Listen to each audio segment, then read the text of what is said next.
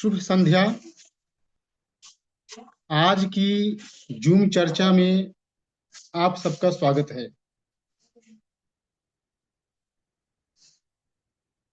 आज शुक्रवार का दिन है, इसलिए आज हम बाबा के लिखे गए आर्टिकल पर बात करेंगे। बाबा ने एक आर्टिकल लिखा था, उस पे आज हम बात करेंगे। बाबा ने आर्टिकल लिखा था अभी हाल ही में, भारत सरकार द्वारा मांस और खून को, जानवरों के मांस और खून को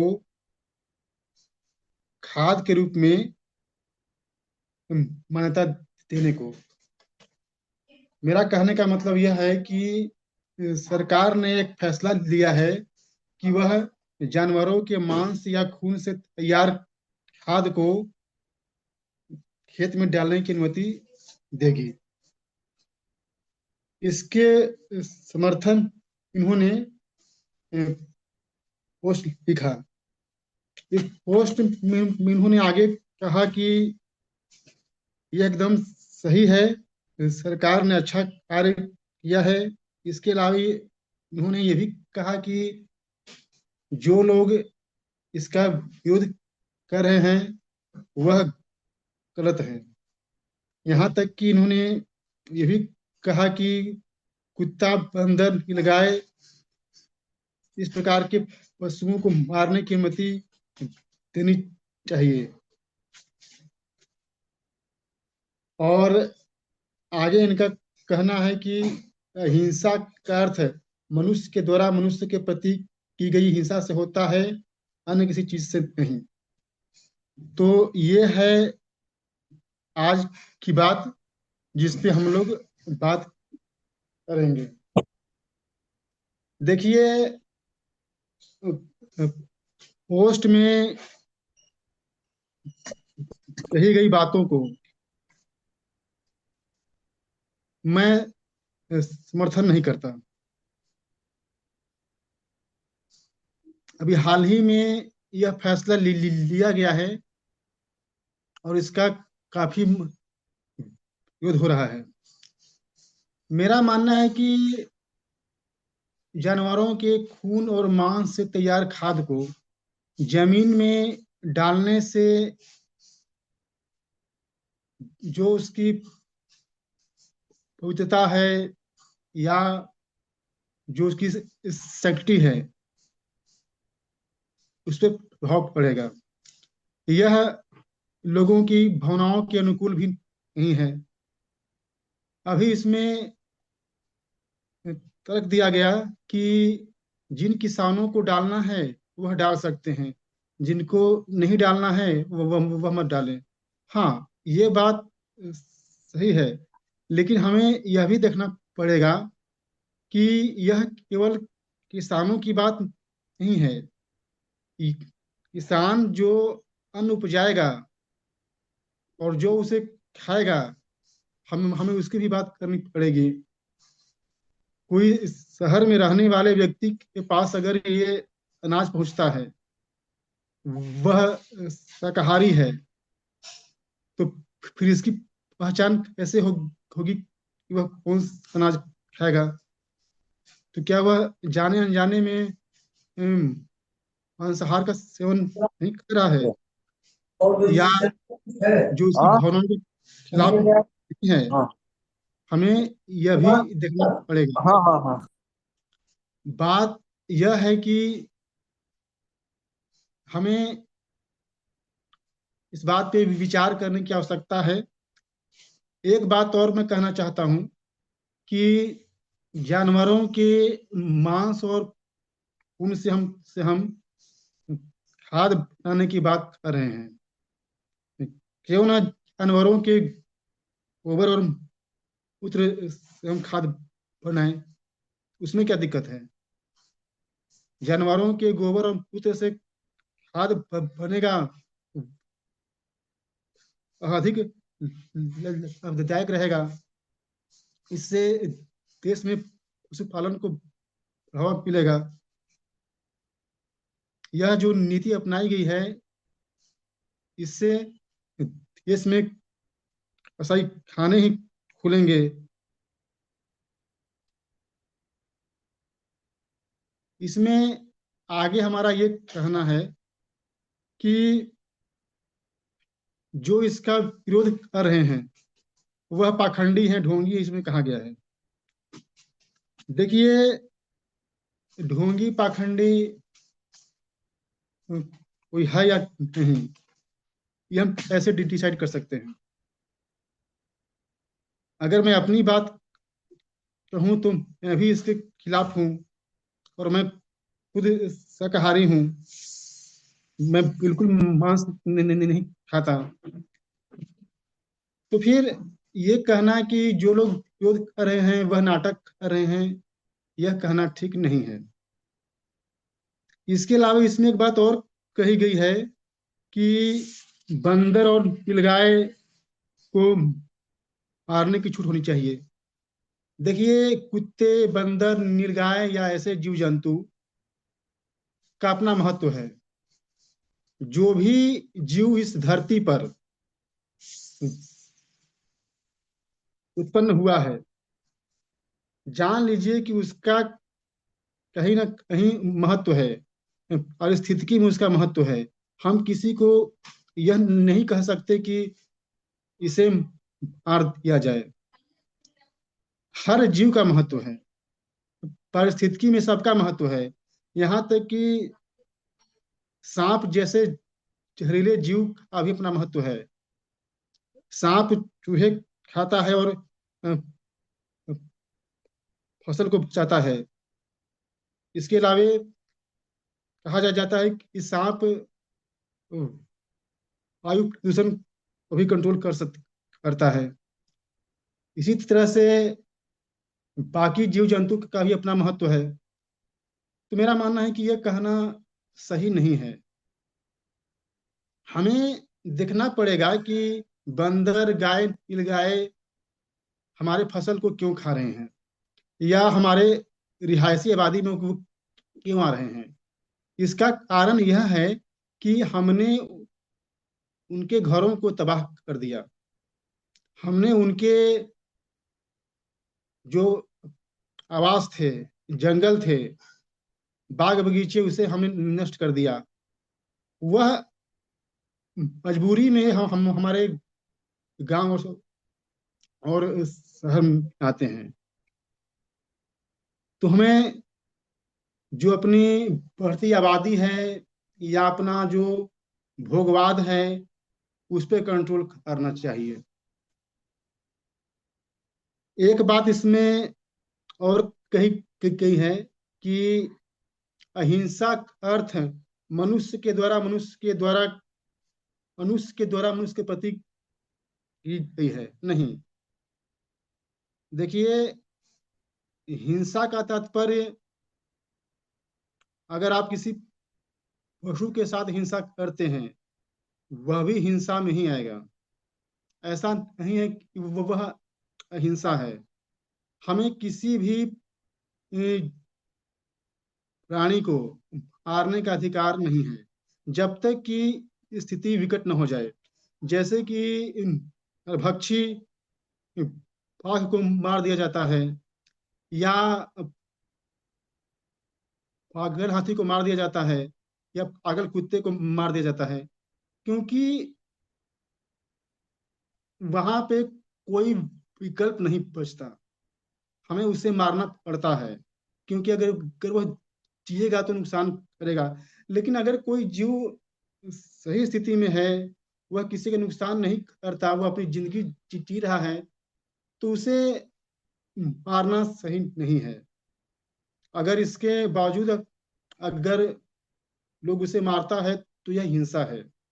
हिंसा केवल मनुष्य के द्वारा मनुष्य के प्रति की गई नहीं है, वरना अगर कोई व्यक्ति पशु के साथ क्रूरता करता है, तो वह भी हिंसा की श्रेणी में आता है।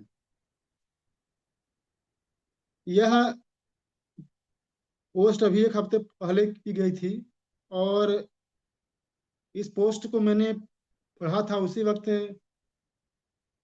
हम इससे असहमत थे।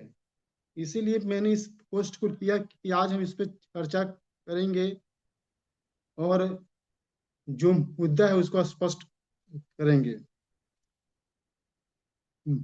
मैंने अपनी बात को आप सबके सामने रखा, आप लोगों ने मेरी बात को सुना, आप सबका धन्यवाद। धन्यवाद विपुल जी। बाकी के साथी बताएं।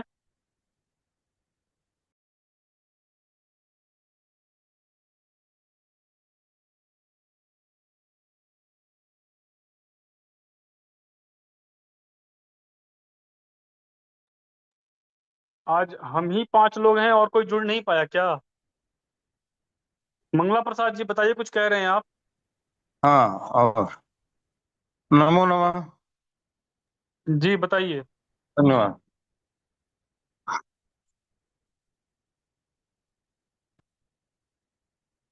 आज जो है कि चर्चा विजातीय द्रव्य से खेती करने की बात हो रही है, पशुओं के द्वारा। यह जो है कि नैतिक रूप से है कि अनैतिक रूप से, या प्राकृतिक रूप से क्या प्राकृतिक रूप से है, या कितना उचित है अनुचित है, इस पर विचार करना है हमें। और यदि हम विचार करते हैं, मनुष्य प्राकृतिक रूप से सभ्यता के प्राथमिक चरण में वह कैसा था, तो यह कहा जा सकता था कि मनुष्य सभ्यता के शुरुआत में मानव मानव को भी खा लेता था, मानव मानव को मार देता था। तो मानव के मांस का भी जो है कि आहार मानव करता था। लेकिन जैसे जैसे सब मनुष्यों ने अपना विस्तार किया और सभ्यता का विकास हुआ, तो मनुष्य धीरे धीरे मानवीय वृत्तियों में आना शुरू हुआ, और वह उसके मांसाहार को खत्म करने के लिए इस बार सभी मानवों में आपसी सहमति बन चुकी कि मनुष्य मनुष्य को नहीं खाएगा, अन्य पशुओं का मांस सेवन कर सकता है। यह ऐसा मनुष्यों में समझा जा सकता है, लेकिन इसका दार्शनिक और वैज्ञानिक पहलू से विचार करना चाहिए। दार्शनिक पहलू से तो दर्शन शास्त्र के अनुसार जो है कि विभिन्न प्रकार के संसार में प्राणी हैं, उनके 5 वर्गीकरण हैं।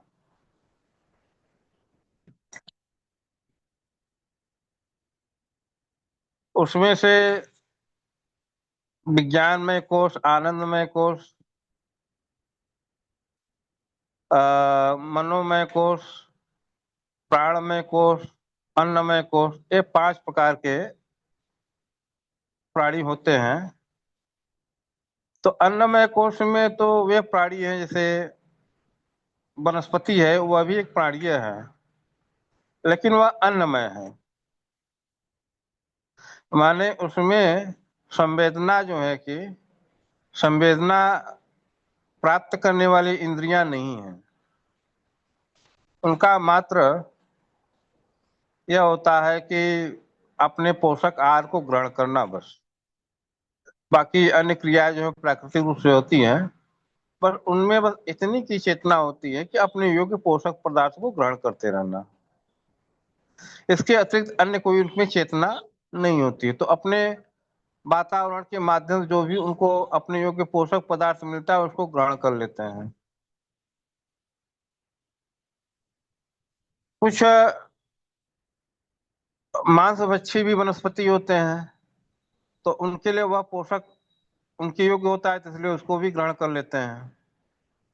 तो इस पोषक ग्रहण करने का ही उनके अंदर संवेदना रहती है, और वे जो है कि सभी प्राणियों के लिए पोषक तत्व उपलब्ध कराते हैं। और किन प्राणियों के लिए?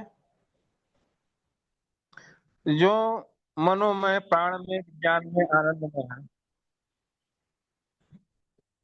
प्राणियों के लिए।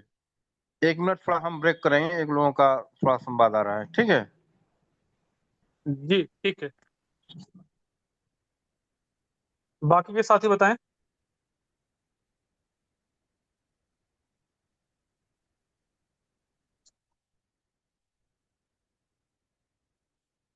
ये मैं थोड़ा सा इस विषय पर रखूंगा। आखिर हम शाकाहार की बात कर रहे हैं और मांसाहार की बात कर रहे हैं और खाद्य की बात कर रहे हैं। ये तीन शब्द हम देखते हैं। तो शाकाहार का अर्थ क्या है? शाक का आहार, मांसाहार का अर्थ है मांस का आहार। इसके अलावा एक आहार और होता है जिसे हम दुग्धाहार कहते हैं। दुग्धाहार न तो शाक में आता है, न तो वो शाक सब्जी है, न तो मांस है। वह तीसरा आहार हो जाता है। अब दुग्धाहार प्राप्त कहाँ से होता है? तो पशु के शरीर शरीर से प्राप्त होता है दूध। लेकिन पशु के शरीर से प्राप्त होने पर भी उसे मांस की श्रेणी में नहीं रखा जाता। पशु के शरीर से क्या प्राप्त हो रहा है? तो पशु के शरीर से गौमूत्र भी मिल रहा है, मलमूत्र भी मिल रहा है। तो क्या हम मलमूत्र को भी जो है वह मांस की श्रेणी में रख देंगे? तो शरीर से निकले हुए अपशिष्ट पदार्थ भी मांस की श्रेणी में नहीं आते हैं। दूध क्या है? उसमें से पीने योग्य है, वो भी शरीर से निकलता है, लेकिन मांस नहीं कह सकते। मांस का सीधे सीधे से अर्थ है जो हमारी हड्डियों के ऊपर जो मांसल जो चढ़ा हुआ है, जिसको हम लोग अ, मांसपेशियों का ढांचा कहते हैं पूरे शरीर के ऊपर, वही मांस है। आप मांसाहारी जीवों जीवों को भी देखेंगे ना, तो मांसाहारी जीव जितने भी है वो भी मांस का ही भक्षण करते हैं, हड्डियों का भक्षण नहीं करते हैं। तो मांसाहार का अर्थ वहां पर मांस का आहार हो जाता है। मांस में जो है दूध नहीं आता है, जबकि वो भी निकला तो शरीर से ही है, पशु के शरीर से। तो यहाँ पर तीन आहार की श्रेणियां आ जाती है। शाकाहार का अर्थ शाक का आहार। अब अगर हम खाद के रूप में उसमें गोबर डालें अथवा मांस डालें अथवा आप रक्त डालें, कुछ भी डालें, लेकिन जब वो भूमि से निकलेगा तब वो शाक के रूप में ही निकलेगा, आप उसे मांसाहार नहीं कह सकते। और यदि आप इस आधार पे उसे मांसाहार कहते हैं तो फिर हमारे खेतों में जो है वह हजारों कीड़े मरते हैं, सड़ते हैं। वहाँ केचुए जो हैं, और कितने ही आप देखेंगे छुछुंदर हैं, कितने ही वहां पर जो है आप देखेंगे चूहे हैं, कितने ही जीव जो हैं वो उसी खेत में रहते हैं, उन्हीं का आवास है, वही मर जाते हैं। और जब वो मर जाते हैं तो उसी के ऊपर जो है एक पेड़ या पौधा उग जाता है। तो ये प्रकृति का एक चक्र है। मनुष्य के शरीर से ही आप देखेंगे सारे पक्षी जो जो जो पेड़ पौधे बने हैं वो किससे बने हैं? वो सब मनुष्य के शरीर से और जीव जंतुओं के शरीर से ही बने हैं। मनुष्य जब मर जाता है, उसके शरीर को जलाते हैं, तो उसके शरीर से क्या शरीर समाप्त हो जाता है, या शरीर के अणु अणु परमाणु निकल करके तत्वों में विलीन हो जाते हैं? मुझे तो लगता है कि हमारे शरीर में जो ऑक्सीजन है, नाइट्रोजन है, कार्बन है, जो हमारे जो पानी में जो हाइड्रोजन है, जो और कैल्शियम है, जितने भी अन्य तत्व हैं, वह सारे तत्व प्रकृति में पंच महाभूतों में विलीन हो जाते हैं, समाप्त तो नहीं होते हैं। और हमारे ही शरीर से निकले हुए जो तत्व हैं, जो हमारे शरीर से कार्बन ऑक्सीजन निकल रही है, नाइट्रोजन निकल रहा है, ये प्रकृति में जाकर के पेड़ पौधों में जा रहा है। तो जो लोग देखते हैं कि हम यहाँ तो हमारे यहाँ प्रक्रिया है शहरों में या गांवों में कि हम लोग व्यक्ति को दफना देते हैं। जंगलों में क्या होता है? जो जीव जंतु मरते हैं या तो वो सड़ जाते हैं या तो दूसरा जीव उसका भक्षण कर जाता है। जब वो सड़ता है, भूमि पर सड़ता गलता है, तो क्या उसके ऊपर पेड़ पौधे और वृक्ष नहीं लगते? तो क्या उसे मांसाहार मान लिया जाए? और इस आधार पर देखेंगे तो लाखों करोड़ों जो कीट और जीव मरते हैं हमारी खेती में, तो ये सब के सब मांसाहार में ही आ जाएंगे। तो इस आधार पर शाकाहार तो दुनिया में कुछ बचेगा ही नहीं। क्योंकि मनुष्य जो मर रहा है, उसके मरने के बाद जो शरीर से पंच महाभूत निकल रहे हैं, वह पंच महाभूत भी प्रकृति में चक्र लगाते हैं, और वो चक्र पेड़ पौधों के रूप में जा रहे हैं और अन्य रूपों में परिवर्तित हो रहे हैं। तो हमारे शरीर से ही जो सड़ रहा है, गल रहा है, हमारे यहाँ जलाने की परंपरा है, उस मुसलमानों में दफनाने की परंपरा है। और आप हजारों सालों की परंपराओं में देखेंगे कितने कब्रिस्तान और कितने लोग जमीन के नीचे दबे होंगे जिनके ऊपर पेड़ पौधे उगे। और वो पेड़ पौधे को भोजन और आहार कहाँ से प्राप्त हुआ? तो वो सारा का सारा सड़ी गली लाशों से ही प्राप्त हुआ। तो इस आधार पर हम उसे मांसाहार नहीं कह सकते। मांसाहार का सीधा सीधा अर्थ है मांस का आहार, और शाकाहार का अर्थ है जहाँ साग सब्जी हो। साग सब्जी क्या है, उसमें कुछ अप्राकृतिक तत्व तो नहीं है। मनुष्य का शरीर जो है वो अप्राकृतिक नहीं है। लेकिन आज के जो कोटेशन में जो बात कही जा रही है, वो मनुष्य के शरीर की नहीं, अन्य जीवों की जो बात कही जा रही है। मैं सही हूं या गलत हूं, मैं मेरे को अगर गलत हूं तो आप लोग करेक्ट करिएगा। मैं देखता हूं कि जो पशु मर जाते हैं, पुराने समय में उनके चमड़े का जो है प्रयोग किया जाता था जूते के रूप में। अब इसे कितना अच्छा कहा जाए, कितना खराब कहा जाए, किया जाता था या नहीं किया जाता था, मैं इतिहास के बारे में इसलिए नहीं कह सकता, क्योंकि इतिहास का अर्थ ही है इति यह, और हास मतलब जो घटित हो चुका है।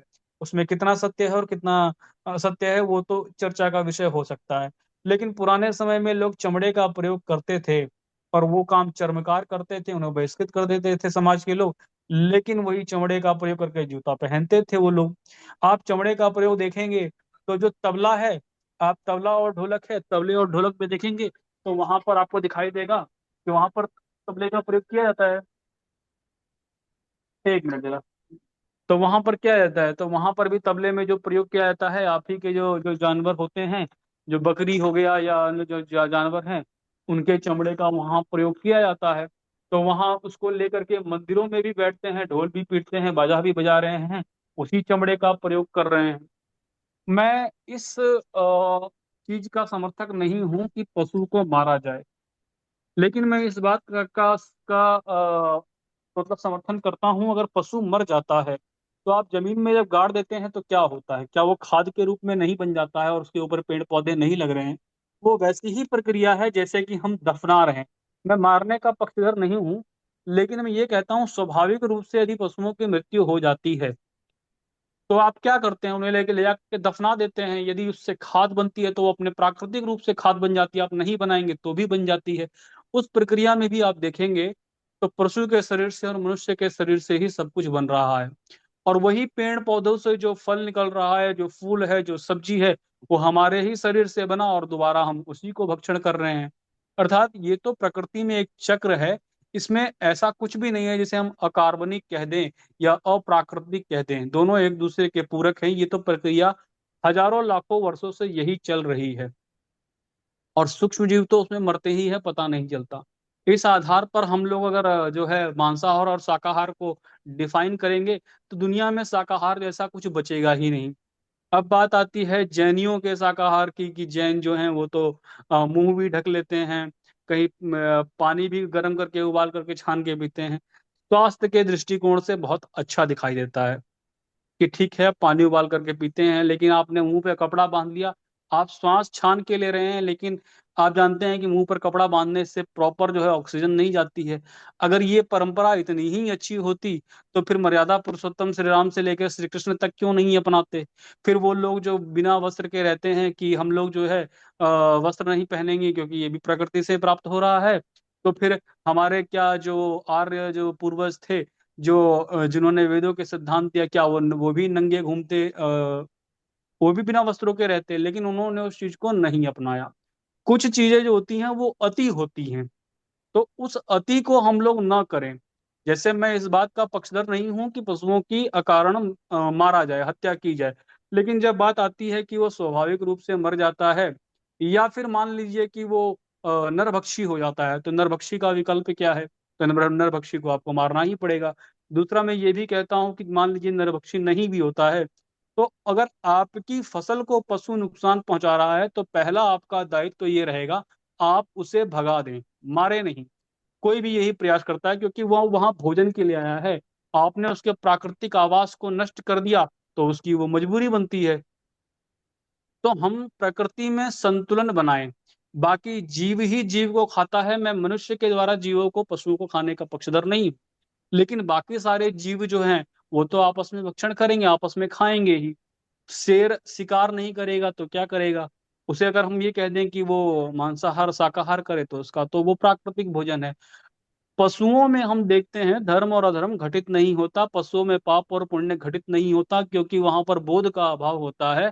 उनके पास पांच इंद्रियां हैं, हमारे पास पांच इंद्रियां हैं, और हमारे पास पांच इंद्रियों के अलावा एक छठी इंद्री है जिसे हम ज्ञानेंद्रिय कहते हैं। वह जो ज्ञानेंद्रिय है वह पशुओं से अलग हमें धर्म और अधर्म सिखाता है। वो हमें भेद कराता है कि क्या अच्छा है, क्या भक्ष्य है, क्या अभक्ष्य है।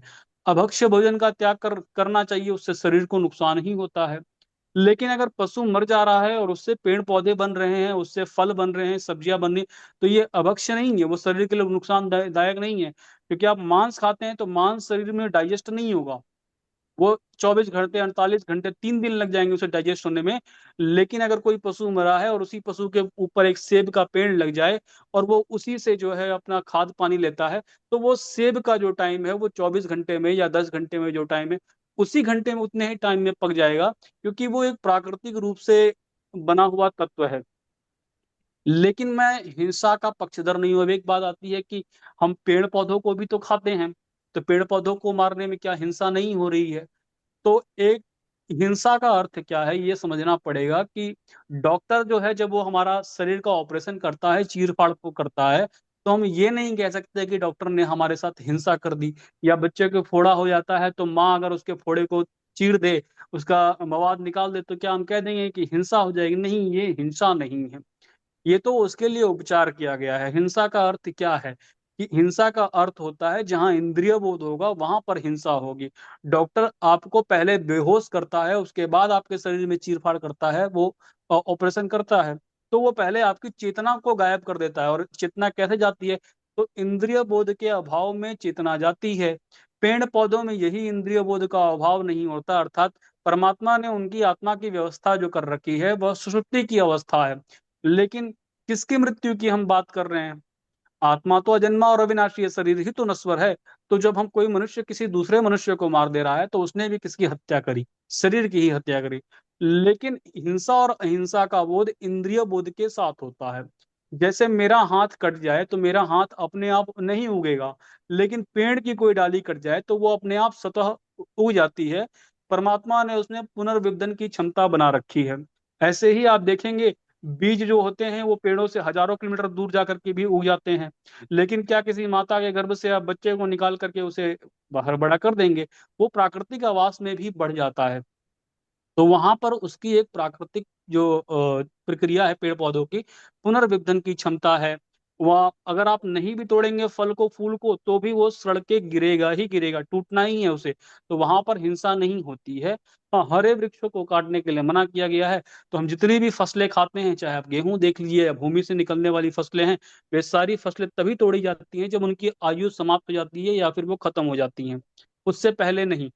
तो मैं अनावश्यक रूप से हिंसा का समर्थक नहीं हूं। लेकिन मैं जैनियों और बौद्धों की अहिंसा का समर्थन भी नहीं करता हूं कि हम जैन और बौद्ध की तरह बिल्कुल हो जाएं। तब समस्या पैदा हो जाएगी। जहां समस्या पैदा होगी वहां समाधान करना पड़ेगा। अन्यथा प्रकृति में मनुष्य और पशु और पौधे सब एक दूसरे के पूरक हैं, संतुलन बनाने की आवश्यकता है। मैंने अपनी बात रख दी है, बाकी के साथी अपनी बात रख सकते हैं। हाँ, धन्यवाद। नमो जी नमः बताइए, आगे बात। मतलब जी बताइए हमारी आदरणीय। बात का ब्रेक हो गई थी ना, जी जी। तो हम वहां से शुरू करते हैं। तो जहाँ से हमारी बात ब्रेक हुई थी की थी, तो हम चर्चा कर रहे थे, मानव मानव भी एक दूसरे का आहार करते थे। सभ्यता का विकास हुआ तो जो है कि धीरे धीरे मानव में बात हुई। तो यहाँ से आते हुए हमने कहा कि पंचकोशीय पंचकोशीय में हमने वनस्पतियों की बात की। वनस्पति क्षेत्रों में जैसे वृक्ष हैं इत्यादि हैं, वो सिर्फ पोषक तत्व ग्रहण करते हैं और पोषक तत्व देते हैं, बस उनमें उतनी ही संवेदना होती है। इसके बाद आते हैं अन्नमय के बाद जो है कि प्राणमय वाले। प्राणमय वाले जो है कि जीव जो है कि चलते फिरते हों।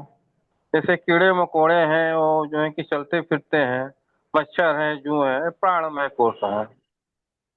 लेकिन प्राणमय कोश में भी उतनी संवेदना नहीं होती है जिसका संबंध अन्य संवेदनाओं से होती है। संवेदना का मतलब जो है कि अन्य लोगों को अनुभव करना, अपने अनुभव को वहां तक पहुंचा देना। तो यह बात जो है कि वह संवेदना नहीं, प्राण तो होता है। इसके बाद मनोमय कोश वाले प्राणी होते हैं जिनमें मन होता है। इसमें चूहा हुआ और इसमें मन की तरह अपना जो है कि इत्यादि जो मनचाहा जो कार्य होते हैं वो कर लेते हैं थोड़ा बहुत। तो चूहा हुआ, चुकंदर हुए इत्यादि में कुछ मनोमय कोश होता है। मनोमय के ऊपर जो है कि विज्ञानमय कोष के प्राणी होते हैं। विज्ञानमय कोष में जो प्राणी होते हैं वो सब अबद्ध कहेंगे, उनको वध नहीं किया जाना चाहिए। मनुष्य विज्ञानमय कोष प्राणी है और विज्ञानमय कोष प्राणियों में बहुत से अन्य पशु भी आते हैं। तो यानी वो प्राणी जो विज्ञान के द्वारा जो है कि अपने आप को वृत्ति में सहयोग कर सकें या अपना विकास कर सकें विज्ञान के माध्यम से, तो वो सारे जो है कि प्राणी विज्ञान में के कोष के हैं।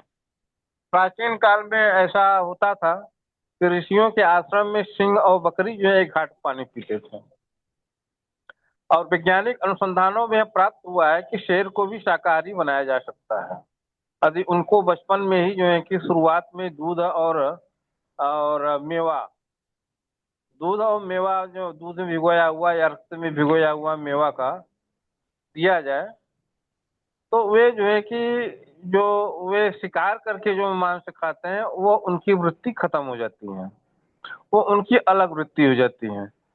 तो अर्थात जो है कि वे विज्ञान के अनुसार उनके अंदर परिवर्तन हो सकता है, लेकिन कुछ जीव है जो विज्ञान के द्वारा भी परिवर्तन नहीं हो सकता है, उनको अनुशासित नहीं किया जा सकता है, तो उन जीवों को छोड़ देने के लिए कहा गया है।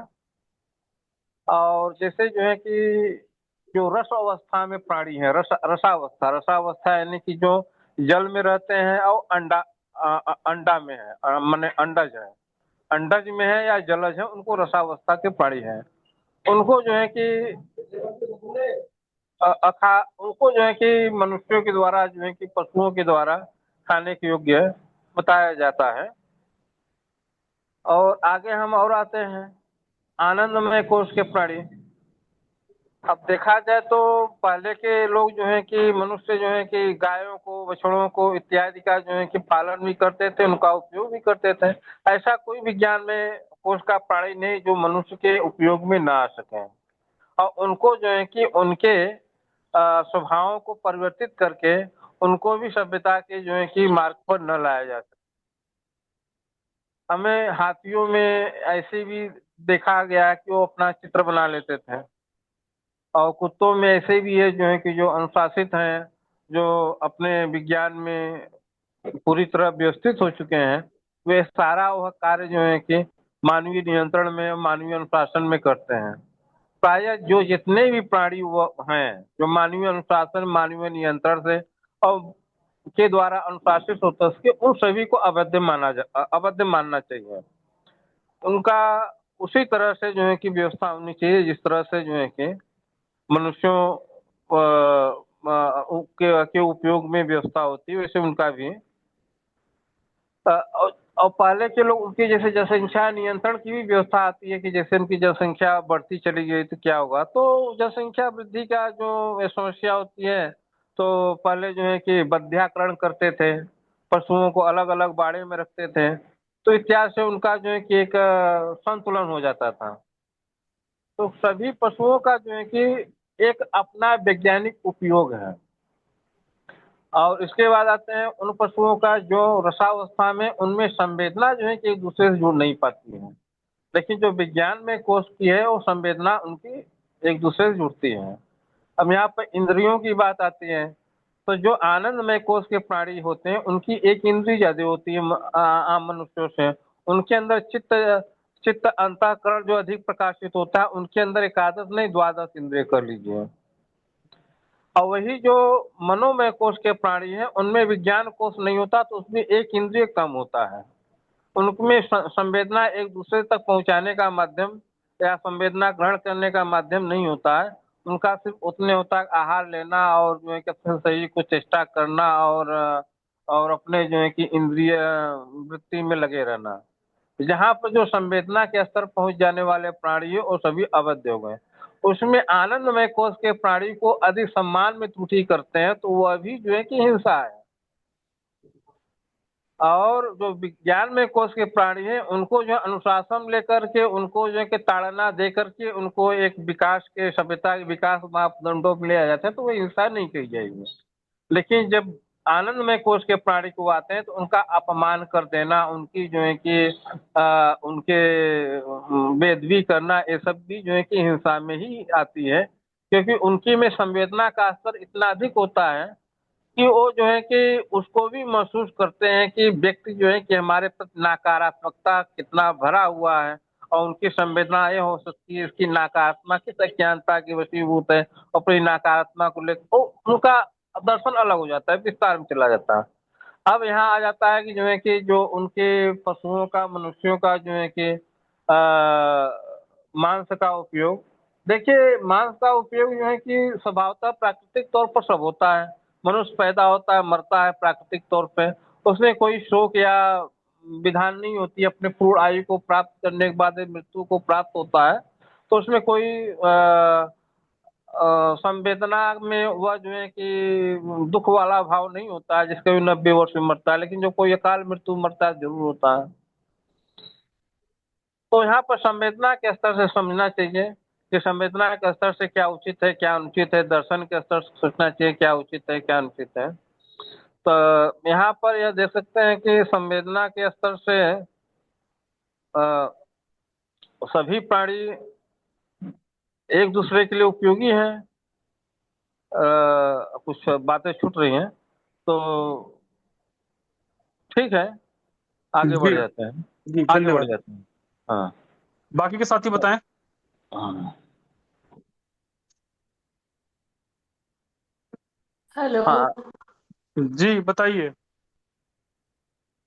हाँ, मैं थोड़ा कुछ कहना चाहती हूँ। ये जो ये जो डिसीजन लिया है भारत सरकार ने पिछले कई सालों से, धीरे धीरे धीरे धीरे हमारे देश के अंदर हमारे जो अपना एक सिस्टम था, भारतीय समाज का अपना एक संस्कृति थी, उसको सभी प्रकार से नष्ट करने के प्रयास हो रहा है, चाहे जाने में हो रहा है चाहे अनजाने में हो रहा है।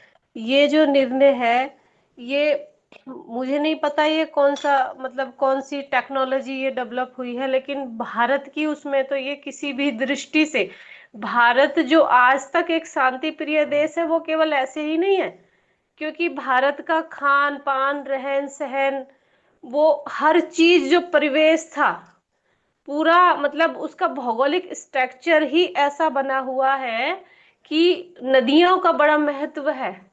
तो ये जो चीजें है ना, इस ये शांति प्रिय और ये शक्ति ज्ञान की भूमि, शक्ति की भूमि ऐसे नहीं कहा जाता, भारत जगत गुरु ऐसे ही नहीं था, इसकी अपनी एक व्यवस्था थी, अपना एक सिस्टम था। तो ये जो मांस और खून का जो प्रयोग भूमि के अंदर डालने का जो निर्णय है, ये बहुत घातक है मनुष्यों के लिए भी, और हमारे वायुमंडल के लिए भी, और हमारी भारतीय संस्कृति के लिए भी। देखिए, पहले भूमि के अंदर गाय का गोबर डाला जाता था, जो हमारी अपनी एक संस्कृति थी। गाय का गोबर जो होता है वो एंटीबायोटिक होता है। ये चीज हम अपने घरों में, इस पर रिसर्च भी हो चुकी है और हमारे पूर्वज हम सब लोग इसका प्रयोग करते थे। लेकिन जो मांस है, तीन पांच चीजें होती है, शब्द स्पर्श रस रूप गंध, ये जो पांच तत्व जो हैं, जो 5 एलिमेंट्स जिनसे पूरा ब्रह्मांड बना हुआ है, इनको पंच महाभूत कहा गया है। ये महाभूत सतयुग में भी थे, द्वापर में भी थे, त्रेता में भी, अभी भी हैं। जब हम नहीं थे या जब नहीं होंगे उसके, लेकिन ये कभी शाश्वत होते, ये कभी नष्ट नहीं होते। ये कोई सामान्य चीज नहीं है कि मेडिक जो है साइंस इसको देखता है, हाँ भाई एक एलिमेंट है पृथ्वी, लेकिन नहीं, हम उसको, हमारे पास उसके मंत्र हैं, हम उसको पूजते हैं उसको। ओम पृथ्वी तोया धृता लोक, बहुत सारे हमारे मंत्र हैं। तो ये धरती है, ये इसको हम माँ की संज्ञा देते हैं, ये हमारा भरण पोषण करती है, क्योंकि भारतीय जो दृष्टिकोण है वो हर चीज को श्रद्धा की दृष्टि से देखता है। तो ये जो चीज है, ये जो रक्त इसमें जाता है, इस रक्त से जो गंध, भूमि का गुण है गंध, जो गंध गंध बनती है वो गंध वायु लेती है, वायु के द्वारा वो हम सब के अंदर आता है। तो ये बहुत एक हिंसात्मक वो है भूमि के लिए भी, क्योंकि गोबर होता था तो उससे सात्विक होता था, वो उसके अंदर सत्व गुण होता था, उससे पोषण होता था। लेकिन ये हिंसात्मक चीज हमारे ये असुरी संस्कृति को पोष बनाने वाली जो चीज है। और इसके साथ में एक चीज ये जुड़ी है कि जैसे पीछे मोदी सरकार ने एक और डिसीजन लिया कि चूल्हा जलाना बंद कर दिया। ये मूर्खतापूर्ण वाले जो काम सरकार करे जा रही है, हम सब विवश हैं, हम तो विवश हैं। क्योंकि जब चूल्हा जलता था उससे बोलते कि आंखें कमजोर हो जाएंगी महिलाओं की। जब से चूल्हे शहरों में जलने बंद हुए हैं तब से 12-12 साल के बच्चे को चश्मे लगे हुए हैं। ये स्थिति हो गई है। और ये नॉनसेंस जो, मतलब ना रिसर्च इनकी कहाँ होती है, ये डिसीजन ले लेते हैं। चूल्हा जब जलता था तो उसमें नीम की लकड़ी जलती थी, आम की लकड़ी जलती थी, कीकर। नीम रक्त एंट मतलब रक्त शोधक होता है, ब्लड को प्योरीफाइड करता है। अगर वो जलता था उस घर में बीमारियां नहीं होती थी। लकड़ी जलाने का हमको इतना बड़ा लाभ था, लेकिन उसको समाप्त कर दिया गया। हर प्रकार हमारी संस्कृति में हमारा खान पान रहन सब सब कुछ वैज्ञानिक है। और सबके पीछे कुछ ना कुछ तात्विक दर्शन जुड़ा हुआ था। हमारे कपड़े पहनने से लेके भारतीय संस्कृति बहुत महान संस्कृति ऐसे ही नहीं है। तो धीरे धीरे धीरे धीरे हर चीज को समाप्त करने की कोशिश की जा रही है। ना कोई अध्ययन होता ना रिसर्च होता, बस बाहरी चीजों को लेके आते हैं, क्या बोले। ठीक है भैया, मेरी बात समाप्त हो गई। जी, बाकी के हेलो। साथी बताएं। हेलो। हेलो। जी आ, हमारा इसमें एक बात और कहना है। मेरी आपत्ति इस बात पर है कि जानवरों का मांस और खून से जानवरों के मांस और खून से खाद्य तैयार होगा। अब तक तो जानवरों की हत्या होती थी मांस खाने के लिए, लेकिन अब जानवरों की हत्या होगी खाद्य बनाने के लिए। और ये कसाई खाने को हवा मिलेगा। मेरी आपत्ति इस बात पे है कि अगर आपको खाद बनाना ही है तो भाई गोबर है, मूत्र है, उससे बताइए ना। आप कसाई खाना खोलेंगे, उसमें जानवर को मारेंगे, उसके मांस और रक्त से खाद बनाएंगे। ये कहाँ का औचित्य है। धन्यवाद। हाँ, जी, आदरणीय धन्यवाद। जी, सभी को नमस्ते। भैया भैया भैया भैया, एक एक मिनट मिनट एक दीजिए बस मुझे, मतलब आधा आधा मिनट दीजिए। मैं इसमें एक लाइन और जोड़ना चाहती हूँ। ये भैया जो बोले हैं इसके साथ साथ हमारे पास इतने सारे पेड़ों की पत्तियां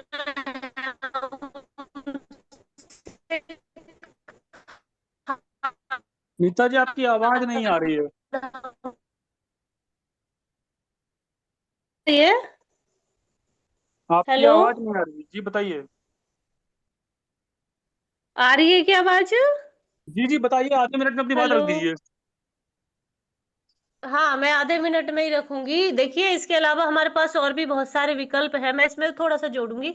हमारे पास नी पेड़ों की पत्तियां हैं, हमारे पास भोजन का अपशिष्ट बचा हुआ है, हमारे पास केंचुआ खाद है, बहुत सारे विकल्प हैं। और हम अपनी संस्कृति से गौ माता को अपने घरों से दूर करके पहले ही अपने घर को असुरों का वो बना चुके हैं। और एक और नया प्रयोग हुआ, हर घर के अंदर जो हम शौचालय बने हैं वो भारतीय संस्कृति के बिल्कुल ही उसमें वो है, वो घर का वास्तु जो है हम पूरा बिगाड़ चुके हैं, पूरा वास्तु दोष उस घर में ही शौचालय बना के। मतलब इतना ज्यादा क्या बोले कि बस सब कुछ ऐसे हो रहा है। और कोई मतलब कोई सोच चिंतन ही नहीं करता है कि कोई चीज के पीछे क्या दृष्टिकोण है। जैसे अंग्रेजों की संस्कृति थी ना, बस वो पशुओं वाली, वो पशुपना आज देश में बड़ी तेजी से बढ़ रहा है। ठीक है नीता जी। बस बाबा जी, आपको कोई बात रखनी है? आदरणीय जी, मैं कुछ बोलना चाहता हूँ। एक मिनट सोहन जी। आप बताइए सोहन जी। जी बताइए। जी, बहुत आज का अच्छा विषय रखा। और मेरा कहना है कि सरकार ने बहुत अच्छा करा कि पशुओं के मांस, खून, हड्डियों से इनका उपयोग किया जाए। क्योंकि हम देखते हैं कि गायें ढोर मर जाते हैं, सड़ते रहते हैं और बदबू फैलती रहती है। अगर इन बदबू फैलेगी तो वायु प्रदूषण होगा और उससे इंसानों को के अंदर भी बीमारियां पैदा होगी। तो इससे अगर खाद बनेगा, ये बनेगा, तो इससे किसानों को लाभ होगा।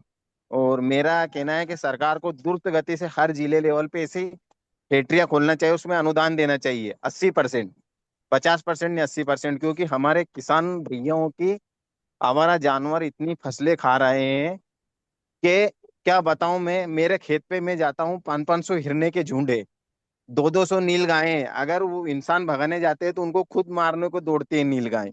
अगर वो नहीं भगे तो उनको मार देती, फसलें चपट कर देती है। तो मेरा तो ये कहना है कि सरकार को जो आवारा पशु है, जो कृषि को हानि पहुंचाते, उनको उनको भी मारने की अनुमति देना चाहिए। हिंसक होना, कोई हिंसा, मतलब अपनी हिंसा, ये कोई हिंसा नहीं है। अगर कोई जानवर सड़ेगा मरेगा तो उससे कम से कम अगर ये बनेगा, उपयोग होगा तो अच्छी बात है। और मेरा कहने का मतलब है कि जब गंगा नदी में इंसान को बाहर जाया जाता है, वहां पे किसी को नहीं दिखता है कि इसमें गंगा प्रदूषित होगी, वो होगी। और जब जानवरों की बात आती है तो जानवरों के प्रति इतनी दया क्यों आती है? जब जानवर हमला करते, कुत्ते हमले करते हैं और अनेक पशुओं, खेती को और बहुत सारे को नुकसान पहुंचाते हैं, तब मानवतावादी संगठन कहाँ भाग जाते हैं? अपना चेहरा छुपा के कहाँ भाग जाते हैं? मेरा कहने का मतलब है कि सरकार ने अच्छा फैसला लिया, और इस पे सरकार को, मतलब हर राज्य और राज्य प्रशासन को आदेश देना चाहिए केंद्र को कि जल्दी जल्दी लागू करे, और जहाँ पे भी जो भी लोग फैक्ट्री डाले उसको सरकार को सब्सिडी देना चाहिए। बस इतना ही कहना चाहता हूँ मैं। जी धन्यवाद। आज बाकी ज्ञानेंद्र जी की है क्या? ज्ञानेंद्र जी हाँ बाबा।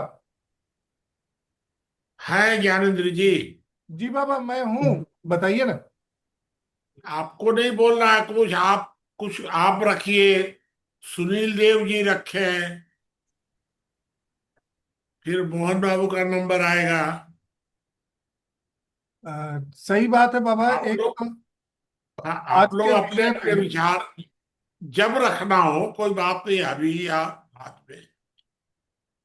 जी बाबा, आज के विषय पे मैं बोल देता हूँ, 2 मिनट की बात है। क्योंकि अच्छा। ब्रजेश जी ने बहुत विस्तार से इस विषय पर अपनी बात रखी है, और उनकी बात से मैं सहमत हूँ। आज अभी सोहन सिंह जी ने भी वो बात कही कि बहुत सारे पशु मर जाते हैं और वो सड़ते हैं। मैं अभी हाल में ही एक आश्रम है सुल्तानपुर में, अपनी यात्रा के दौरान मैं वहां गया था। गौशाला है, और गौशाला में कई सारे सेट्स बने हुए हैं। एक सेट ऐसा है जहां मरे हुए पशुओं को रखा गया है। इतनी भयानक बदबू होती है वहां कि जा पाना बड़ी कठिनाई होती है, और उसके उस शेड के पास वाली शेड में रहने वाली गायें अधिकांशतः तो बीमार ही रहती हैं। ये मैंने बाद में उन लोगों से पूछा कि भैया इतनी बदबू है, ये जो गायें हैं, ये पास वाली शेड वाली गायें बीमार नहीं होती? तो कहे भैया बहुत बीमार हो जाती है, अक्सर तो कई कई बार ये लोग खाना भी छोड़ देती है कई दिनों तक, इतनी भयानक बदबू होती है। एक बात तो ये है। दूसरी बात ये है कि मैं ब्रजेश जी की वही बात फिर दोहरा रहा हूं। ऐसी कौन सी जगह है जहां कभी कोई पशु नहीं सड़ा होगा या नहीं गला होगा? तो मांसाहार शाकाहार, इस बात को लेकर के, इस बात पे जो आपत्ति उठाई जा रही है कि पशुओं के मांस और खून से खाद बने, वह औचित्यहीन हो जाता है। हर जगह कहीं ना कहीं कोई ना कोई, अभी भी आप जमीन जरा सी खुदाई करिए तो नीचे कुछ ना कुछ मिल ही जाता है, हड्डियों के टुकड़े या कुछ भी ऐसा पशु अवशेष मिल ही जाते हैं। तो ये एक बात बिल्कुल, ये कहना कि अति आदर्शवाद है कि हम मांस और खून के खाद का इस्तेमाल नहीं करें। लेकिन जो विपुल जी की ये बात है कि आप मांस और खून से अगर खाद बनाएंगे, तो खाद की डिमांड को आप पूरा करने के लिए उसको आप फैक्ट्रियां लगाएंगे। उन फैक्ट्रियों के आसपास क्या इतने पशु होंगे कि स्वाभाविक मृत्यु से मर करके वहां पे पहुंचे? या कि फिर आप किसी स्लॉटर हाउस या जहां भी ऐसे काम हो रहे हैं जहां पशु अपशिष्ट निकल रहा है, आप वहां से लेकर के जला रहे हैं या खाद बना रहे हैं? तो ये दोनों बातें थोड़ी सी मुझे संदेह में डाल रही हैं। हमको लगता है, मैंने एक जगह पढ़ा था कि स्लॉटर हाउसेस जितने हैं इस देश में, बीफ, जिनको हम बीफ कैटेगरी में कह देते हैं, जिसमें कॉफ भी है और भी बहुत सारे मांस हैं, उनको हम एक्सपोर्ट करते हैं। और उनका वेस्टेज जो है बहुत बड़े एरिया को दुष्प्रभावित करता है, खराब करता है। अगर हम उन पदार्थों का, अपशिष्ट पदार्थों का उपयोग करके खाद या किसी भी इस तरह का उपयोग करें तो मुझे लगता है उसमें बुराई नहीं आनी चाहिए। लेकिन यह भी सही है कि विपुल जी की इस बात से भी मैं सहमत हूं कि कहीं ऐसा ना हो कि डिमांड ज्यादा आई, डिमांड ज्यादा आने के आधार पे वो पशुओं को अनायास पकड़ के काटना शुरू कर दिया। नीलगाय की भी बात अभी कुछ देर पहले हमारे एक साथी ने की थी। तो नीलगाय के बारे में मैं बता दूं कि एक जमाना ऐसा था कि नीलगाय संकटग्रस्त प्रजातियों में से एक थी। ये माना गया कि नीलगाय लगभग समाप्ति के कगार पर हैं, तो उनका संरक्षण होना चाहिए। और उनको सरकारी संरक्षण ये मिला कि जो भी व्यक्ति उनकी नीलगाय को मारता हुआ पाया जाएगा उसके विरुद्ध हत्या की कार्यवाही जैसी की जाएगी। एक उन्होंने बना दिया, एक कानून बना दिया कि हाँ इस तरीके से हम उसके साथ व्यवहार करें। आज जब पूरा मैं देखता हूं हम लोगों के तरफ पूरा उत्तर प्रदेश, हरियाणा और छत्तीसगढ़, झारखंड, मध्य प्रदेश, इन सभी एरियाओं में आप नीलगायों का प्रकोप देखिए तो बहुत ज्यादा है। आज भी उसको संकटग्रस्त प्रजाति में रखना और उनको अवध्य घोषित करना, उनका नाम नीलगाय जैसा रख देना कि कोई मारे ना उनको, कि गाय जो है अवध्या मानी ही जाती है, तो उस प्रजाति का भी नाम हम कुछ वैसा ही रख देते हैं कि अवध्या हो जाए। तो ये अति पशु प्रेम जो है ये कतई उचित नहीं देखता, पारिस्थितिकी को और बिगाड़ता ही है। कुछ बात आई धर्म, संस्कृति और इन सब बातों को लेकर के, हम कहते हैं कि थोड़ा सा और व्यापक दृष्टिकोण से हमें सोचना चाहिए। मैं अक्सर यह बात करता हूं, किरण रिजिजू जी का एक बयान था कि मणिपुर, मेघालय के पहाड़ों पर, हिमालय की जो वहां पे छोटी छोटी पहाड़ियां हैं जो दुर्गम स्थल हैं, वहां पर गाय और बकरी जैसे जीव, गाय, बकरी, भैंस, ऐसी ही जीव वहां पे सरवाइव कर पाते हैं। खेती की जगह वहां बहुत कम मिलती है, इसलिए उनकी आजीविका के लिए, उनके जीवन के लिए आवश्यक है कि वह मांस का भक्षण करें। यही स्थिति आपको देखिए वहां मिलेगी, क्या कहते हैं, कलकत्ता, बंगाल के आसपास, और यही स्थिति महाराष्ट्र में भी दिखती है। समुद्र के आसपास के एरिया में रहने वाले लोगों के लिए भोज्य सामग्री समुद्र से अधिकांशतः मिलती है। अगर वो उगाना चाहेंगे तो कुछ उगा नहीं सकते क्योंकि जमीन रेतीली है और समुद्र का पानी खारा है। तो पारिस्थितिकी पर यह निर्भर करे ज्यादा अच्छा है, बना बजाय इसके कि हम उसको किसी आदर्शवादी या धर्म या संस्कृति जैसी किसी बात से जोड़ें।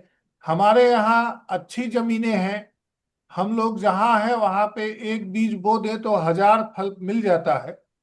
कई जगह ऐसे भी हैं जहाँ की बीज बो पाना ही संभव नहीं होता। वहां भी व्यक्तियों की पारिस्थितिकी भी, वहां की परिस्थितियां निर्भर करती हैं। मैंने सारी बातें अपने वक्तव्य में समेटने का प्रयास किया है, कुछ अव्यवस्थित सा हो सकता है लेकिन बात यही है। एक मिनट हम कहना चाहेंगे, पुरानी व्यवस्था में जो था, मंगला प्रसाद जी, एक मिनट, थोड़ा सा हाँ, रुकिए, 5-7 मिनट। पहले वाली व्यवस्था में जो था, जो पशुएं मरती थी क्या करते थे, उसको जो भू दफन करते थे, किसान प्रायः खेतों में दफन करते थे। तो वह परंपरा रहने दीजिए, वो जैसे चल रही है उसको चलने दीजिए। नई परंपरा जोड़ने का मतलब जो विपुल आदर्श कर रहे हैं उसका व्यापारीकरण करना बहुत खराब है। और जमीन में दफन कर दिया गया तो अपने आप खाद में बदल जाता है।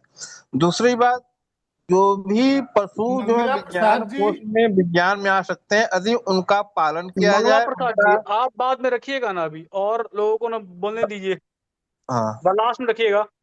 ठीक है। आचार्य सुनील देव जी, आप कुछ बताइए। बाबा मैं सुन रहा हूँ, प्रणाम बाबा। नहीं और सुन रहे हैं तो आप आज के विषय पर आप अपना मत बताइए। मुझे आनंद आ रहा है सुनने में, और मैं थोड़ा अच्छा श्रोता ही बनना चाह रहा हूँ। और आपको मैं फोन लगाया था तो आपका फोन नहीं लगा। बाबा आज मैं कुछ बाहर रहा था, संपर्क में गया था, और कुछ स्वास्थ्य आज थोड़ा गड़बड़ हो गया, तो इसलिए थोड़ा सा फोन कुछ समय बंद भी कर दिया था। तो शायद हो सकता अच्छा। है उसी समय आपका रहा हो। हाँ, हो सकता है। जी जी। मैं कल शाम को लगाया था और आज दिन में लगाया था। अच्छा। चलिए खैर। और वो सुनील देव जी, आप बता रहे थे कि 8-10 ज्ञान केंद्र बनने वाले हैं जो ज्ञानेंद्र जी से चर्चा करनी है। जी उसको निपटाइएगा। अब हम जी। लोग फाइनल लिस्ट बना रहे हैं। ठीक है बाबा। हाँ। चलिए, और आगे कोई। हेलो। हाँ, बताइए। चलिए, 1-2 मिनट, मैं आपको 2 मिनट बस। जी बाबा जी। हाँ, 2 मिनट के लिए एक बात तो ये विचार करिए कि आज से 50 वर्ष पहले हम लोगों के यहाँ गायें, जो गाय मरती थी, वो गाय हम लोग दे देते थे मरी हुई गाय को, और उसको वो लोग खाते थे। इसको तो बुरा नहीं माना जाता था कभी भी। मरे हुए पशुओं को खाना, तो ये तो मेरे विचार से तो बुरा नहीं माना जाता था। ये मेरे कार्यकाल में अभी की बात बता रहा हूं मैं तो। दूसरी बात कि बुद्ध ने भी इस संबंध में बहुत कुछ कहा है। चलिए, उस पर विचार करिएगा। एक अलग एक प्रश्न और मेरे दिमाग में आया कि हम शाकाहार या मांसाहार, इस विषय को कानून से निर्णय करने चाहते हैं कि समाज के द्वारा बनाए गए नियम से, या समझा बुझाकर। ये तीन बातों में एक बात तय करनी पड़ेगी कि आप सरकारी कानून से रोकना चाहते हैं या लोगों को सहमत करना चाहते हैं या सामाजिक नियम बनाना चाहते हैं। तीनों एक साथ तो नहीं चलेगा भाई। कहीं एक कोई एक तय करना पड़ेगा। क्या ये संभव है कि भारत में अब कानून से, क्योंकि आपकी जानकारी चाहे जो भी हो, मेरी अपनी जानकारी के अनुसार मांस की तुलना में शराब को ज्यादा हानिकारक बताया गया है। मांस की तुलना में।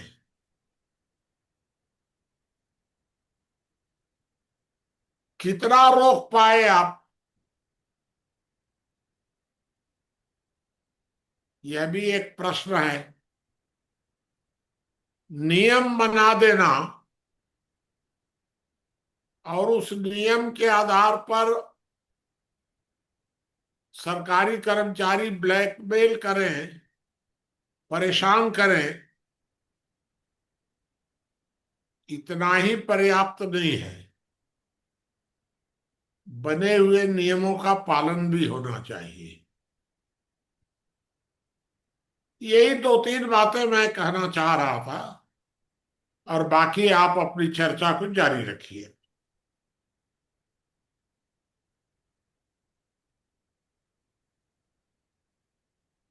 कुछ मोहन बाबू बोल रहे थे ना। जी। हेलो। सभी अपने विद्वत साथियों का अभिवादन है। आज की जो चर्चा का विषय है कि मांस और खून से खाद बनाने की प्रक्रिया का। तो जो सरकार ने अभी मांस और खून से खाद बनाने की प्रक्रिया को में सहमति व्यक्त किया है और उसके विरोध में भी कई संस्थाओं ने और कई धर्म गुरुओं ने उसका विरोध भी किया। और उस विरोध के में आज हम देख रहे थे कि राजस्थान सरकार ने शायद इस पर सहमति के बाद भी शायद इसको स्थगित कर दिया है। तो जब हम इस विषय पर चिंतन करते हैं तो जो प्राचीन युग की जो पद्धति थी और जो प्रकृति का जो चक्र था, सर्कुलेशन था, उस सर्कुलेशन में यही था कि जंगल में पेड़ पौधे भी हैं, वो भी साल में एक बार पतझड़ होता है, गिरता है, सड़ता है और खाद के रूप में प्रवृत्त होता है। खेतों में भी जो पुआल वगैरह थे वो खेत में सड़ते थे, जुताई के बाद में फिर वो सड़ जाते थे, वो भी खाद में प्रवृत्त हो जाते थे। लेकिन आज जो है वो केवल खेतों में बाली काट ली जाती है और पूरे जो है अवशिष्ट में आग लगा दिया जाता है, जो कि प्रदूषित हो जाता है। तो जो नेचर का जो सर्कुलर था इसमें बाधित हुआ, उसको खाद में परिवर्तित होना चाहिए था, अपने आप वह भूमि में जो है खाद के रूप में प्रवृत्त हो जाता और आग लगने से जो कार्बन डाइऑक्साइड या जो वो बनाता है वो नहीं बनाता। इस प्रकार से पहले पशुओं के साथ भी था कि भाई पशु जो भी उनका देहावसान हो जाता था तो उसको ले जाते थे और जंगलों में जो है उसका चमड़ा जो है छुड़ाकर जूता वगैरह का में प्रयोग करते थे। और बाकी जो है जंगल में जो मांसाहारी जो पशु थे या पक्षी थे, काड़ा है, गिद्ध है, चील है, उधर जो है सो उड़ार है, सियार है, भाल है, ये सारे बहुत से जो पशु जो थे उनका जो है कि जो आहार का काम में आता था। और पहले हम भी देखते हैं कि पारसी धर्म में एक बहुत बड़ा ऊंचा मीनार बनाकर और वहां पर जो है शव को रख दिया जाता था और वो पक्षी से ही जो है सो उनका जो है उपयोग में आता था। ऐसी भी एक व्यवस्था थी। तो अब हम जो देखते हैं कि आज की जो स्थिति है तो उस समय को जो स्थिति थी वो आप समझिए कि 30 करोड़ की जनसंख्या थी आपकी। अब आज आपका 150 करोड़ की जनसंख्या है। तो जब 30 करोड़ 35 करोड़ की जनसंख्या में भूखे मर रहे थे, सब भूखमरी थी, तो आज जो 150 करोड़ की जनसंख्या है उनके भरण पोषण भूख का जो है व्यवस्था करना, ये सारी चीज परिस्थितियां बदली। अब आप देखेंगे कि जैसा कि पूर्व के वक्ताओं ने भी अपनी बात को रखा कि परिस्थिति के अनुसार जिस प्रकार आप खेती को देख रहे हैं उसी प्रकार से पशुपालन की भी व्यवस्था है। जो पहाड़ी क्षेत्र में बहुत याक जो है किसे पशु के रूप में ये करते हैं। और आप देखते हैं कि बर्फीला जो जहां पर है खेती बाड़ी नहीं होता है, केवल बर्फ है, रेगिस्तानों में केवल रेगिस्तान है, तो वहां पर जो है अपनी आजीविका को भरण पोषण के लिए मांसाहार का जो है वो उसी से वो अपना जीवन यापन करते हैं और पशुपालन इसी के लिए करते हैं। अब हम इस चीज को देख रहे हैं कि जब आप पूरे विश्व के 750 करोड़ जनसंख्या को देखिएगा तो इसमें आपको शाकाहार में एक जो है जैन धर्म वाले, कुछ ब्राह्मण वर्ग हैं, कुछ राजस्थान में आप मारवाड़ी वर्ग को देख लीजिए, बस यही जो है हमको लगता है कि 10% भी मुश्किल से जो है वो शाकाहारी, बाकी सारे मांसाहारी। तो जितने भी जब मांसाहारी हैं वो डायरेक्ट जो है सीधा जो है सो मांस का उपयोग भोजन में कर रहे हैं, उसके साथ ब्लड का भी उपयोग हो रहा है। तो फिर अगर मांस और ब्लड से अगर खाद बनता है जो कि पंच तत्व में विलीन हो जाता है, वो जाकर के सूक्ष्म में से अति सूक्ष्म में उसकी कोई अस्तित्व नहीं रह जाती है। जैसा कि पूर्ण वक्ताओं ने भी कहा कि पंच तत्व में ही सब कुछ विलीन होना है और वो पंच तत्व को रहना ही है, उसी से जो भी चाहे खाद्य के रूप में हो, किसी रूप में जो भी उपज होगा उसी से जीवन का भरण पोषण होना है।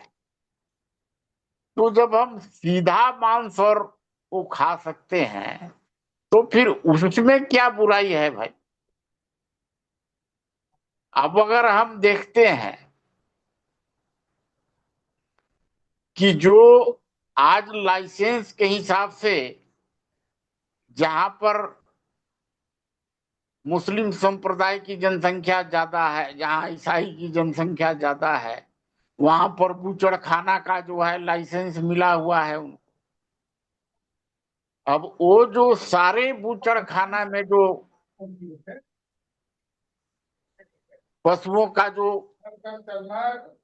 किया जाता है, बद्ध किया जाता है, तो उनके सारे अवशेष जो होते हैं वो सारे आप किसी न किसी नदी में ही प्रवाहित होता है,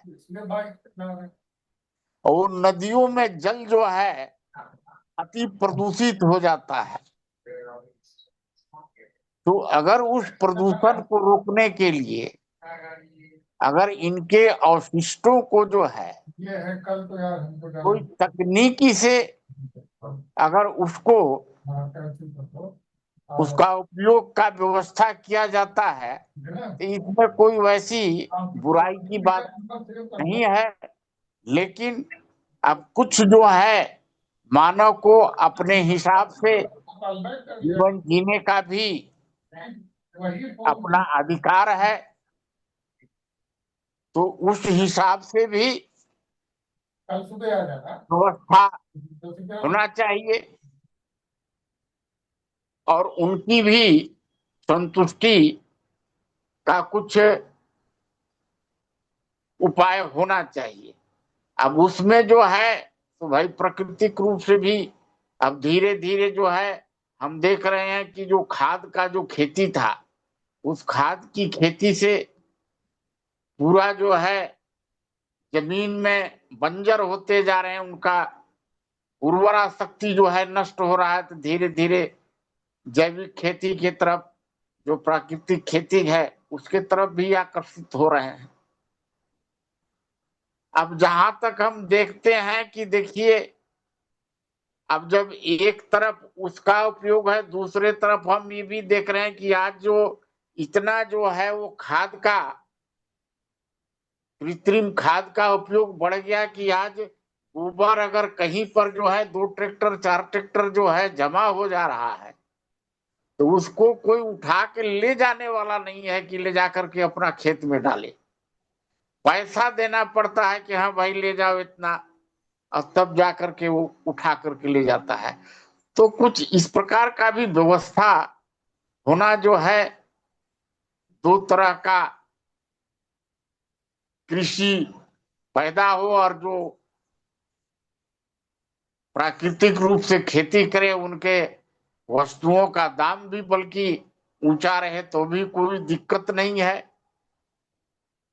इसलिए कि भारत जो है, अगर हम इसको देखते हैं तो अध्यात्म की जो हमारे पास जो पूंजी है, वो केवल भारत के पास ही पूंजी है अध्यात्म का। ये पूंजी विश्व में किसी के पास नहीं है। और जो भी ऋषि मुनि महर्षि जो भी हैं, जो कि चिंतक मंथक हैं, वो सारे जो है शाकाहार को और शुद्धता को पालन करते हैं। इसी से उनकी ज्ञान जो है, जो अध्यात्म का ज्ञान है, और वो उनके मस्तिष्क से नई नई समस्याओं की समाधान का व्यवस्था बनता है।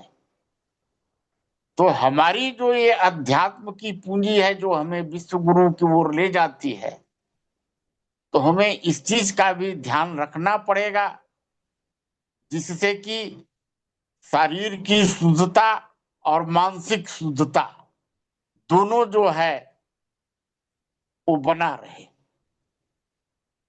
तो बाकी और हमारे जो विद्वत साथी हैं चर्चा को आगे बढ़ाएंगे। धन्यवाद। ठीक, बाकी के साथी बताएं।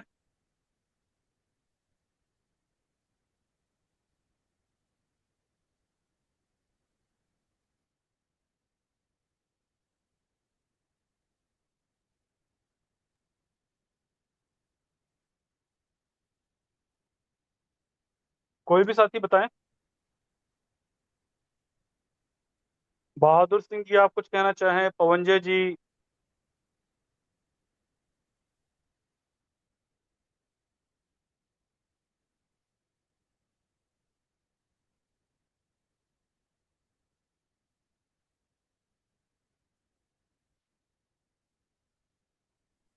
सभी बंधुओं को नमस्कार। जी बताइए पवनजय जी। देखिए, पशुओं से यदि सरकार खाद बनाना चाह रही है तो बनाएगी। नैतिक बातें सिर्फ ठगी के लिए ही शोभा देती हैं, बाकी कहीं उसका कोई मूल्य है नहीं। और जब एक व्यवस्था थी कि पशु मरते थे तो पक्षी उनको भोजन करते थे, तब पशु जो है बिना दवा खाए ही मरते थे। लेकिन मेडिकल बाजारवाद बढ़ा है और पशु पक्षी मानव सब लोग दवाएं खा रहे हैं। तो मानव का तो मान लीजिए अंतिम संस्कार हो जाता है, लेकिन पशु यदि छोड़ दिए जाएं पक्षियों के लिए तो पक्षी मर जा रहे हैं। तो पशुओं की डेड बॉडी के साथ क्या होगा? सरकार को उसका कोई ना कोई विकल्प निकालना पड़ेगा। समाज तो शून्यता में विलीन है।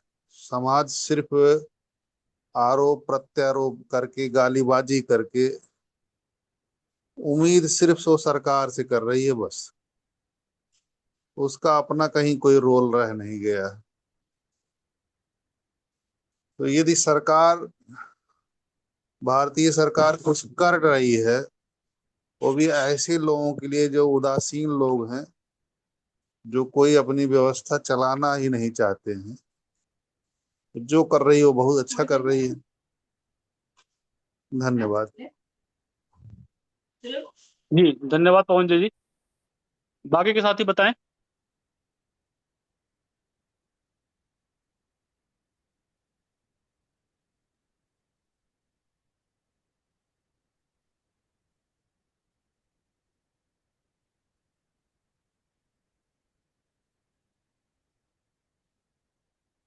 किसी साथी को कोई प्रश्न है या कोई बात है तो रख सकते हैं।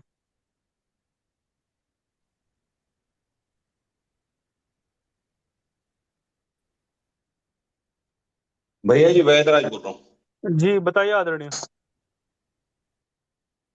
देखिए, खाद तो अनाज से भी बनता है, पेड़ पौधों से भी बनता है, पत्तों से भी बनता है, सभी चीज से।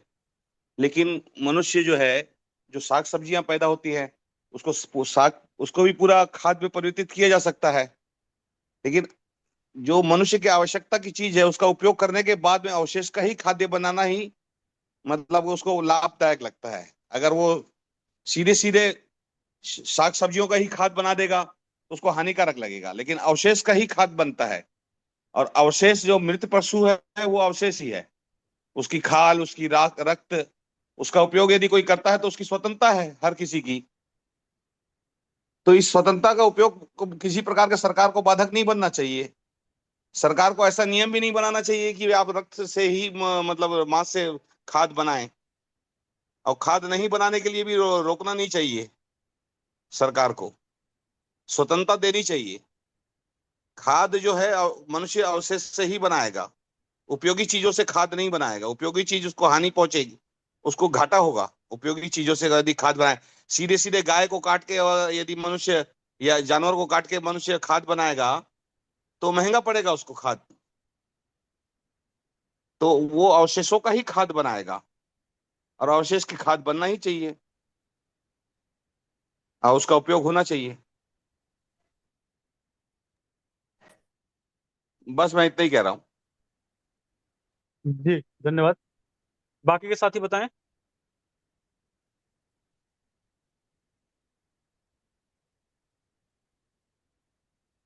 ठीक है, तो आज की चर्चा को हम लोग यहीं समाप्त करेंगे। कल जो है वो न्यायाधीश के ब्रजेश ऊपर भैया, जो। ब्रजेश भैया, एक मिनट, मैं कुछ कहना चाहती हूँ। जी पूछिए, मैं बोल तो रहा हूँ, बताइए। कुछ लोगों ने ये मतलब ऐसे विचार रखे अपने कि ये मरे हुए पशुओं का क्या होगा, अगर खाद बन रही है तो बहुत अच्छा है। तो ये जो चीज लोगों ने, इसके लिए क्या सरकार अलग से इन मरे हुए पशुओं के लिए व्यवस्था नहीं कर सकती है? जब सरकार पार्क बना सकती है मनुष्य के लिए, उसके इंजॉयमेंट के लिए, घूमने के लिए, टूरिस्ट प्लेस बना सकती है, तो क्या इनके लिए अलग से इनका मतलब डेड बॉडी का मरने के बाद कहीं और अच्छे से व्यवस्थित कोई ऐसा स्थान जहाँ पे कि इनका ये हो सके, ऐसा भी कर सकती है? और यदि ये खाद बनेगी तो जहाँ ये बनेगी हर वो व्यक्ति, उस अभी अभी मैं जहाँ पे रहती हूँ, जहाँ पे मेरा ये ससुराल है, यहाँ पे 40% लोग जो है मांसाहारी नहीं है। और जबकि ये मुस्लिम इस गांव में रहते हैं, मुस्लिम तो सारे ही खाते हैं, तो भी 40% लोग मांसाहार नहीं करते इस गांव में। एक बात। और ये जितने भी फैक्ट्रियां लगेंगी, सब लोगों के रक्त से हाथ सनेंगे, वो कहाँ कहाँ नहीं जाएगा, मार्केट में जाएगा, हर जगह जाएगा। तो ये जो चीज है बड़ा अशुद्धि फैलाने वाली है। जो लोग नहीं मांसाहार करते हैं, पूरे ही वातावरण को अशुद्ध बनाने वाला, इतना मतलब बहुत ही घटिया मुझे तो लगता है ये। बस यही बोलना था मुझे।